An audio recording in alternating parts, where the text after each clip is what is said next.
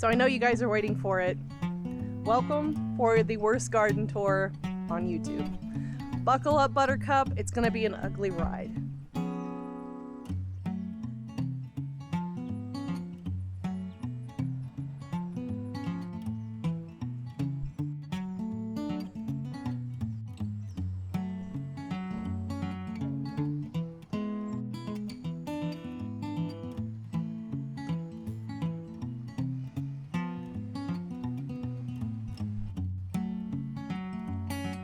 So if any of you were with me in late May, you were here when we were putting this garden together, and there is a stark difference from that garden to what it is now.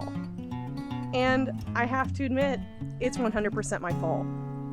And the reason it's 100% my fault is that I had big ambitions. I wanted to grow the most food that I've ever grown before. And last year, I had an extremely successful garden. There was really nothing holding me back this year except for I wasn't in quarantine at home with my breaks, my drive time, my lunches, no softball, no fair, no nothing, just what I had here. And it allowed me a lot of time to focus on the things in my garden to make sure that they were growing and flourishing and that my family and I were able to come out and pick fresh dinners. And then this is what we've got. Overgrown, neglected, unkept. This is my garden. I had really big plans for this garden. I wanted potatoes here. And then softball started. And I said, I'll get to that next week. And then a week went by, then a third, and a fourth. And about 8 weeks later, softball season ended and fair season began. And I know a lot of you got to see that video where we updated you on where we'd been for so long, why we took a break from YouTube. Well, the sad thing is, while we were taking a break from YouTube, we were also taking a break from our garden. And while I do have some wonderful plants here that are sure to bear fruit and vegetables for me and my family, there are a lot that kind of are just in that jungle over there. There's a lot of hopes and dreams and not nearly as well executed thoughts and actions in this garden, but we all have gardens like that sometimes.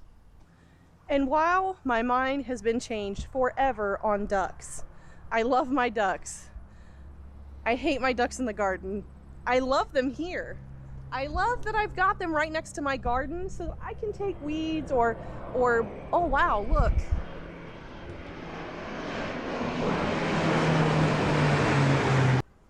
Oh boy, did that scare the tar out of my goats. They're all running. The goat pen's way back there and I can just see goats going from this end all the way across. But back to what I was saying. There is a problem here with having my ducks next to my garden. And the fact that Muscovy ducks are fabulous mothers. They can hatch every egg underneath of them. And let me tell you what, guys, they can fit a lot of eggs underneath of them. We've had so many hatch days. And who could say no to these really, really cute faces, these little squeaks, and watching these motherly ducks run around with their clutches and letting them explore the world. But the thing is that those little ducks do not respect this Premier One fencing. They don't. They hate it.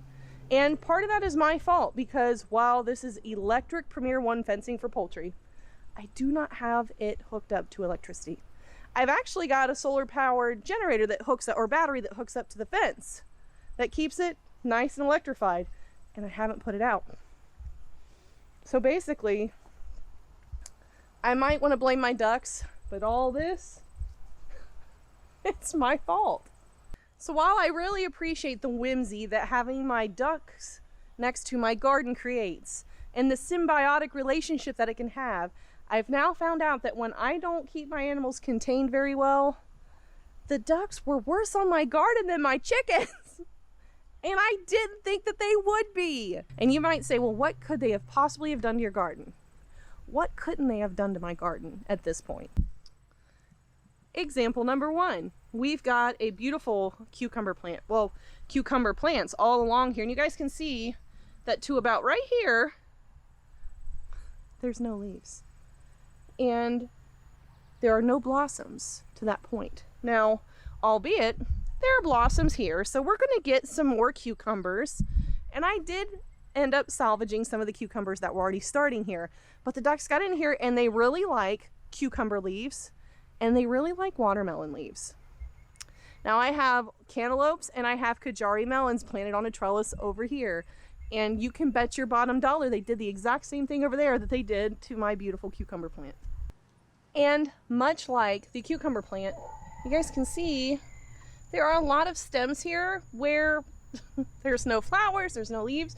But if you look up here, we've got some flowers. We've actually got some Kajari melons starting right here and right here. They're super cute, but there's no leaves from like here down. And there was a watermelon or cantaloupe over there, and it's the same as it was over here. So aside from the weediness that's going on behind me, the ducks have just gotten in here and made it a little difficult. Now they do leave my tomatoes alone for now because my tomatoes are green. They're not yellow and they're not red, so they're not any of those colors that really catch their attention right now. Now this is a bed I am particularly proud of. I'm particularly proud of my jalapeno plants because we're in grow zone 5B. So our temperatures of our soil don't really get above 50 until like May. That's when we really start transplanting things out here. So I have 6 that I started inside, and you can tell they're great. Look, I mean, look at those jalapenos. I will be harvesting those, but you see all these little jalapenos in between like the bigger, more established plants that are already fruiting? Those are volunteers. In Grow Zone 5B in East Central Indiana, I get jalapenos to volunteer for the 4th year in this bed. And I really think it's because I have a lot of different composts in here. And you can see right now I'm actually utilizing my ducks bedding. So there's duck manure, there's straw. We really try to amend and get a lot of compost into our different soils here to create a nutritious and very enriching environment for our plants so that they in turn feed us. But I always let a couple different jalapenos fall in here and I scrape it up and I churn it and everything, and I always get a couple of volunteers. You can see that there's some that are small here, and then you've got these more established plants that are nice, and they've got all these different jalapenos getting ready to come in. So that's one part of my garden that I am really proud of. I also had some yellow pear tomatoes that are all in this bed. And you can tell they're yellow pears because look at that cute little fruit, and they will turn yellow. But those are all volunteers. I didn't plant any of those in here. The only thing I planted in here was broccoli when it was cooler and some cucumbers. Over here, I've already pulled out everything. The peas went up. I missed the peas. My ducks enjoyed the peas. I got lettuce out of here. I got lots of different types of salad, so that was really fun.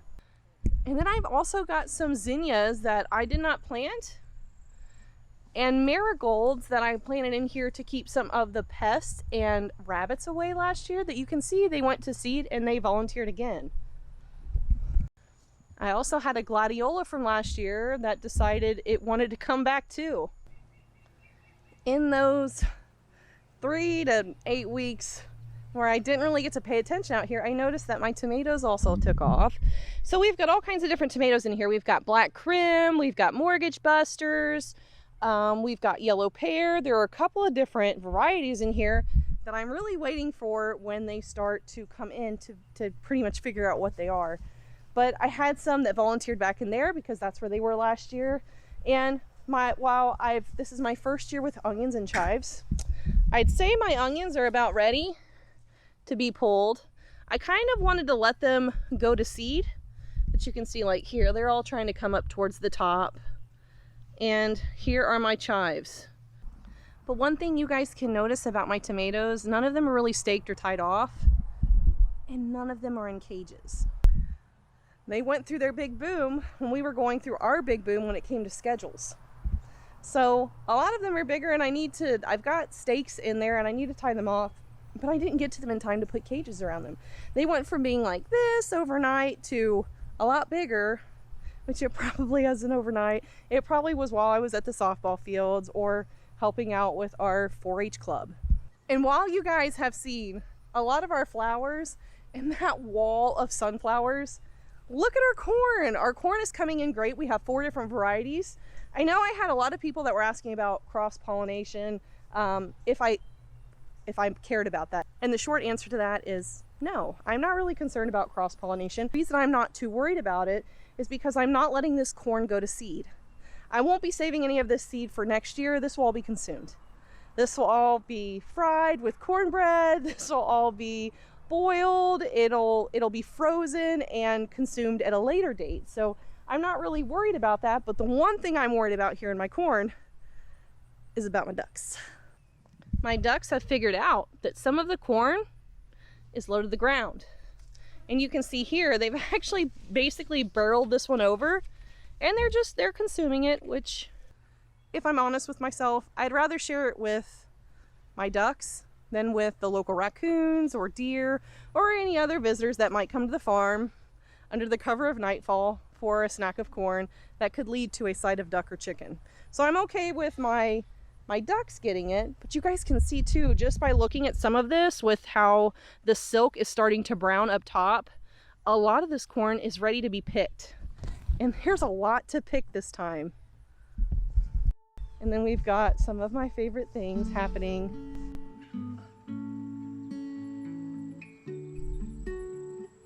And we've got this beautiful amaranth. I mean, look at it, how it drapes, look how vibrant. I am in love with some of the new additions in our garden. We've got some gladiolas trying to peek back through here. But you guys can see there's a common theme throughout my garden this year, and that's weeds. And while the weeds stressed me out, the weeds didn't deter my flowers. The weeds didn't deter this garden from growing from seed put in on a hot, dry day to becoming what it is now. And even through the weeds, I can see how beautiful my garden is, weeds and all. Anybody that knows me or has worked closely with me, whether it be around livestock, professionally, in the garden, or just in everyday life, they know I can be a little bit of a perfectionist. But my garden has taught me something really, really important this year. It's taught me about expectation versus results, intentions versus perception, and finding the very, very small wins in an otherwise very large task. And I can easily come out here and point out every single weed among all of these flowers. I could point out every single unkept bed past all of my jalapeno peppers, all of the different tomatoes that are about to come, all of the melons that survived. I could point out to you every single one of my losses. But even though this is the worst garden tour on YouTube, this has been one of the best gardens for me. There's a little bit of method behind the madness as well with our garden, letting it go so weedy. There are a lot of different things that are getting ready to happen over in this area. Is getting ready to go through an amazing transformation. I'm really excited about it. I can't wait to bring you guys along for that. But where our existing garden is now over here, that's where the duck pen will be. So I'm kind of letting nature take it back over, and I'll be transforming a green space that is pretty much useless, guys, because let's be honest, you can't eat your lawns. And don't get me wrong, I love a manicured lawn as much as anybody. But it's come to a point in the growth of our homestead where I need to turn a lot more of the green space that's useless into green space that benefits myself, benefits the land, benefits my animals, it benefits my family. It's permaculture being born on our homestead. And even though I've got all these weeds and the ducks have really ravaged a lot of things, there are a lot of wins here. We've got corn, we got flowers, jalapenos, tomatoes, we got cucumbers, we're gonna have watermelons. We have a lot to be thankful for, even out of the worst garden tour on YouTube. Because this is probably the worst my garden has ever looked, ever. And it's completely my fault. And it's through my fault that I learned about my limitations versus my expectations and how they can coincide, and it can still give me some small wins. my garden has certainly taught me a lot over the last few seasons, and it's certainly grown me more than I've grown it. And I hope that it can do the same for you.